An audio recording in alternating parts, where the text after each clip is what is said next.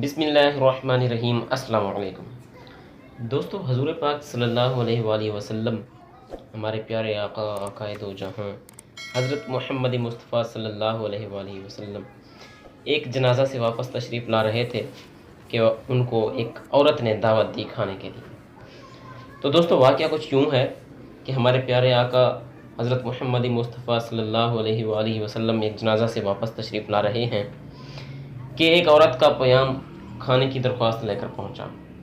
حضور پاک صلی اللہ علیہ وآلہ وسلم اپنے خادموں سمیت تشریف لے گئے اور کھانا سامنے رکھا گیا تو لوگوں نے دیکھا کہ حضور پاک صلی اللہ علیہ وآلہ وسلم لقمہ چبا رہے ہیں، نگلا نہیں جاتا۔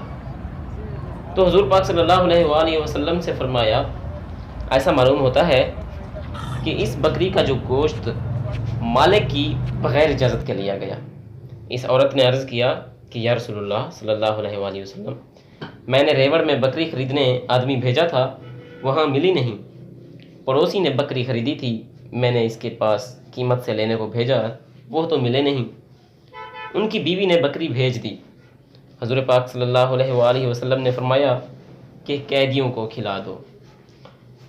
دوستو، حضور پاک صلی اللہ علیہ وآلہ وسلم کی علو شان کے مقابلہ میں ایک مشتبہ چیز کا گلے میں اٹک جانا کوئی ایسی اہم بات نہیں کہ حضور پاک صلی اللہ علیہ وآلہ وسلم کے ادنا غلاموں کو بھی اس قسم کے واقعات پیش آ جاتے ہیں۔